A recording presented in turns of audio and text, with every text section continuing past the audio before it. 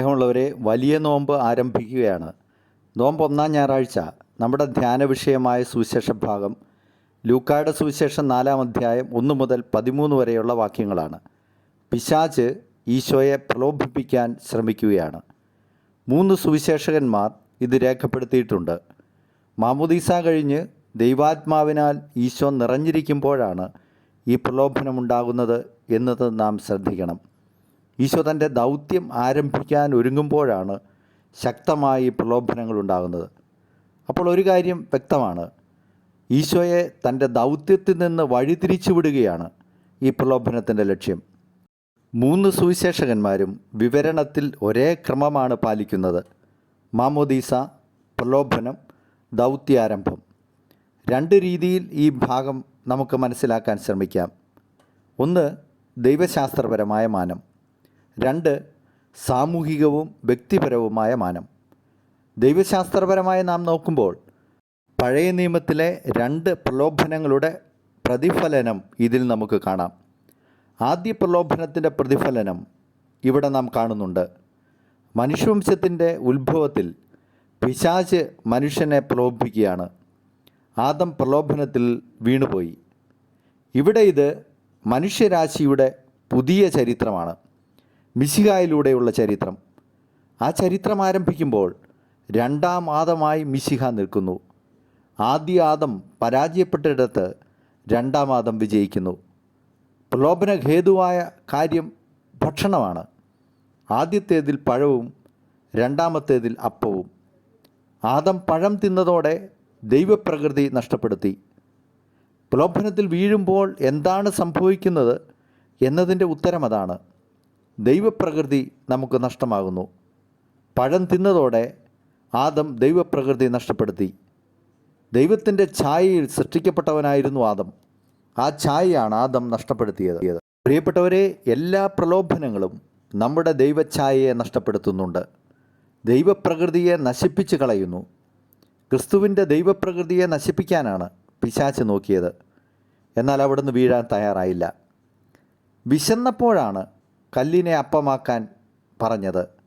നോക്കൂ, മനുഷ്യകുലത്തിൻ്റെ എക്കാലത്തെയും വിശപ്പ് ശമിപ്പിക്കുന്ന അപ്പമായി മിശിഹ മാറി. തൻ്റെ ശരീരത്തെ അപ്പമാക്കി. ദൈവസ്വഭാവം നഷ്ടപ്പെട്ട മനുഷ്യന് അത് വീണ്ടെടുത്ത് നൽകുന്ന അപ്പമായി ഈശോ മാറുകയാണ്, വിശുദ്ധ കുർബാനയായി. ആദത്തിൻ്റെ പ്രലോഭനത്തെയും മിശിഹായുടെ പരീക്ഷണത്തെയും ചേർത്ത് ചരമവാർഷിക സമയത്ത് പഴവും അപ്പവും വിളമ്പി കാരണവന്മാർ പറഞ്ഞിരുന്നത് നമുക്കോർക്കാം. പഴത്താലേ വന്ന പാപം അപ്പത്താലേ നീങ്ങിപ്പോയി. ഒന്നാമത്തെ ദൈവശാസ്ത്ര ചിന്ത ഇതാണ്. ഈ ദൈവശാസ്ത്ര ചിന്ത പ്രലോഭനങ്ങൾ നമ്മുടെ ദൈവസ്വഭാവത്തെ നഷ്ടപ്പെടുത്തുന്നു എന്ന പ്രായോഗിക പാഠം അവശേഷിപ്പിക്കുന്നു. രണ്ടാമതായി, ഇസ്രായേൽ ജനത്തിന് മരുഭൂമിയിൽ വെച്ചുണ്ടായ പ്രലോഭനത്തിൻ്റെ പ്രതിഫലനം ഇവിടെ നമുക്ക് കാണാം. 40 വർഷം മരുഭൂമിയിൽ അലഞ്ഞു തിരിയുന്നതിനിടയിൽ 3 നിർണായക പ്രലോഭനങ്ങൾ അവർക്കുണ്ടായി. ദൈവവിശ്വാസം ഉപേക്ഷിക്കാനുള്ള ശക്തമായ പ്രലോഭനങ്ങളായിരുന്നു അവയെല്ലാം. പുറപ്പാട് 16:2 മരുഭൂമിയിൽ വെച്ച് ഇസ്രായേൽ ജനം ഒന്നടങ്കം മോശയ്ക്കും അഹറോനും എതിരെ പിറുപിറുക്കുന്നത് നാം കാണുന്നു. ഈജിപ്തിലെ ഇറച്ചിപ്പാത്രങ്ങളെ ഓർത്ത് മരുഭൂമി പട്ടിണിയിട്ട് കൊല്ലാൻ കൊണ്ടുവന്നിരിക്കുന്നു എന്ന് പറഞ്ഞാണ് അവർ ക്ഷോഭിക്കുന്നത്. യഹോവയ്ക്കെതിരെയുള്ള മുറുമുറുപ്പായിരുന്നു അത്. ഭക്ഷണം അവരെ പരാജയപ്പെടുത്തി. അവർ ദൈവത്തിനെതിരായി. രണ്ടാമത് പുറപ്പാട് 17:2 ജനം മോശയെ കുറ്റപ്പെടുത്തി. കുടിക്കാൻ വെള്ളം തരിക എന്ന് പറഞ്ഞു. എന്തിനു നീ ഈജിപ്തിൽ നിന്ന് പുറത്തു കൊണ്ടുവന്നു എന്നുവരെ ചോദിച്ചു. മോശ നിലവിളിച്ചു. അവർ കല്ലെറിയുമെന്ന് പറഞ്ഞ് മോശ കരയുകയാണ്. നിങ്ങൾ കർത്താവിനെ പരീക്ഷിക്കരുത് എന്ന ശക്തമായ താക്കീതാണ് ലഭിക്കുന്നത്. പുറപ്പാട് 32:2 അഹ്റോൻ പറയുന്നു, കാതിലെ സ്വർണ്ണവളയങ്ങൾ ഊരിയെടുക്കുക. എന്നിട്ടവർ കാളക്കുട്ടിയെ ഉണ്ടാക്കി. ഇസ്രായേൽ ജനത്തോടൊപ്പം മോശയും പരാജിതനാവുകയാണ്. എന്നാൽ ഇവിടെ ഈശോ 3 പ്രലോഭനങ്ങളെയും അപ്പവും അത്ഭുതവും അധികാരവും അതിജീവിക്കുകയാണ്. 2-ാം മോശ പ്രലോഭനങ്ങളെ ജയിച്ചു. ആത്മാവിൻ്റെ ശക്തി കൊണ്ടാണ് ഈ പ്രലോഭനങ്ങളെ ഈശോ ജയിച്ചത്. നമുക്ക് മുമ്പിലുള്ള പ്രായോഗിക പാഠം ഇതാണ്: ആത്മാവിൻ്റെ ശക്തിയെ ഉജ്ജ്വലിപ്പിച്ചാൽ ഏത് പ്രലോഭനങ്ങളെയും നമുക്ക് പരാജയപ്പെടുത്താനാകും. അഥവാ നമ്മുടെ ആത്മീയത ദുർബലമാകുമ്പോഴാണ് പ്രലോഭനങ്ങൾ നമ്മളെ കീഴടക്കുന്നത്. വിശാലമായ അർത്ഥത്തിൽ, സാമൂഹികവും വ്യക്തിപരവുമായ വ്യാഖ്യാനത്തിൽ, ഒന്നാമതായി ഈശോയുടെ പ്രലോഭനം നന്മയും തിന്മയും തമ്മിൽ മനുഷ്യ മനസ്സുകളിൽ അരങ്ങേറുന്ന സംഘടനകളുടെ പ്രതീകമാണ്. ദൈവികതയും മൃഗീയതയും തമ്മിൽ ഏറ്റുമുട്ടുന്ന സന്ദർഭങ്ങൾ അനവധിയുണ്ടാകാം. മാലാഖയും പിശാചും തമ്മിൽ മനസ്സിൽ സംഘടനമുണ്ട്. പിശാച് നമ്മെ ഭരിക്കാൻ ഇടയാകരുതെന്ന പാഠമാണ് ഈ സുവിശേഷ ഭാഗം നൽകുന്നത്. മനസ്സ് ഒരു കുരുക്ഷേത്ര ഭൂമിയാണ്. നമ്മുടെ മനസ്സിൽ തിന്മ ജയിക്കാതിരിക്കാൻ നാം ജാഗ്രത കാണിക്കണം. ആത്മീയ ജാഗ്രത കുറയുമ്പോൾ തിന്മ നമ്മെ കീഴടക്കും. ഈശോയുടെ മനുഷ്യപ്രകൃതിക്കുണ്ടായ പ്രലോഭനമായിരുന്നു ഇത്. ഇസ്രായേൽ ജനതയുടെ തെറ്റായ പ്രതീക്ഷകളോട് സമരസപ്പെട്ടു പോകാനുള്ള പ്രലോഭനവുമായിരുന്നു ഇത്. മിശിഹായെക്കുറിച്ചുണ്ടായ രാഷ്ട്രീയ പ്രതീക്ഷകളോട് ചേർന്ന് പോകാനുള്ള പ്രലോഭനമായിരുന്നു ഇത്. ഈശോയ്ക്കുണ്ടായ പ്രലോഭനം അവതരിപ്പിച്ചതിലൂടെ സുവിശേഷകന്മാർ ആദിമ ക്രിസ്ത്യാനികൾക്ക് ജാഗ്രത നൽകുകയായിരുന്നു. ദൈവികരായി ജീവിക്കാൻ ആഗ്രഹിക്കുന്നവർക്ക് ഭൂമിയിലെ അധികാരങ്ങളും മോഹങ്ങളും പ്രലോഭനമുണ്ടാക്കാം. അതിനാൽ നാം ജാഗ്രത ഉള്ളവരാകണം.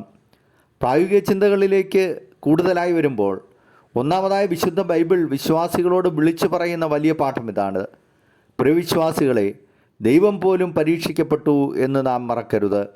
അതിനാൽ ജാഗ്രത പാലിക്കണം. തിന്മ ഏത് വഴിയിലൂടെയും വരാം. വിശുദ്ധ കുർബാനയിൽ ദുഷ്ടാരൂപിയിൽ നിന്നും അവൻ്റെ സൈന്യങ്ങളിൽ നിന്ന് ഞങ്ങളെ രക്ഷിക്കണമേ എന്നാണല്ലോ നാം പ്രാർത്ഥിക്കുന്നത്. കോളേജിലെ മികച്ച വിദ്യാർത്ഥിയായ ഒരുവൻ മയക്കുമരുന്നിന് അടിപെട്ടുപോയി. എങ്ങനെ ഈ രീതിയിലെത്തി എന്ന് ചോദിച്ചപ്പോൾ പറഞ്ഞ മറുപടി ഇതായിരുന്നു: കോളേജ് ഡേ ആഘോഷത്തിന് കൂട്ടുകാരോടൊത്ത് ഒരു ഹോട്ടലിൽ ഭക്ഷണത്തിന് പോയതാണ്. അന്ന് തുടങ്ങി. പിന്നീട് അവന് വിശദീകരിക്കാനാവുന്നില്ല. അവനിരുന്ന് കരയുകയാണ്. പ്രലോഭനങ്ങളെ അതിജീവിക്കാൻ നമുക്ക് മുമ്പിലുള്ള മാതൃക മിശിഹായാണ്. പ്രലോഭനങ്ങൾക്ക് അടിപ്പെട്ടവർക്ക് അവിടുന്ന് സമാശ്വാസമാണ്. ഹെബ്രായർ 4:18 പറയുന്നു: നമ്മുടെ ബലഹീനതകളിൽ നമ്മളോട് സഹതപിക്കാൻ കഴിയാത്ത ഒരു പ്രധാനാചാര്യനല്ല നമുക്കുള്ളത്. എല്ലാ കാര്യങ്ങളിലും നമ്മെപ്പോലെ പരീക്ഷിക്കപ്പെട്ടവനാണ്. 3 പ്രാവശ്യം പത്രോസിന് പ്രലോഭനമുണ്ടായല്ലോ. അദ്ദേഹം വീണുപോയി. പക്ഷേ മിശിഹായെ അദ്ദേഹം ഓർത്തപ്പോൾ മാനസാന്തരപ്പെട്ട് തിരിച്ചു വന്നു. രണ്ടാമതായി, പ്രലോഭനങ്ങളെ അതിജീവിക്കണമെങ്കിൽ പരിശുദ്ധാരൂപിയുടെ സഹായം വേണം. ആത്മാവിൻ്റെ ചൈതന്യത്തിലാണ് ഈശോ പിശാചിനെ ജയിച്ചത്. വഴിതെറ്റിപ്പോയ അനേകം പേർ പാർക്കുന്ന നഗരത്തിൽ ജോലി ചെയ്യുന്ന ഒരു മനുഷ്യൻ പറയുന്നത് കേട്ടു: കുർബാനയും ബൈബിൾ വായനയും കൊന്തയും കുമ്പസാരവുമൊക്കെ ഉള്ളതുകൊണ്ട് മാത്രം പിടിച്ചു നിൽക്കുന്നതാ, ഇല്ലെങ്കിൽ ഞാനും വീണുപോയേനെ. മരുഭൂമി പ്രതീകമാണ്. മനസ്സ് വല്ലാതെ വരണ്ടു പോകുമ്പോഴാണ് പ്രലോഭനങ്ങൾ ഉണ്ടാകുന്നത്. മനസ്സിനെ നാം കുളിർമയുള്ളതാക്കി നിർത്തണം.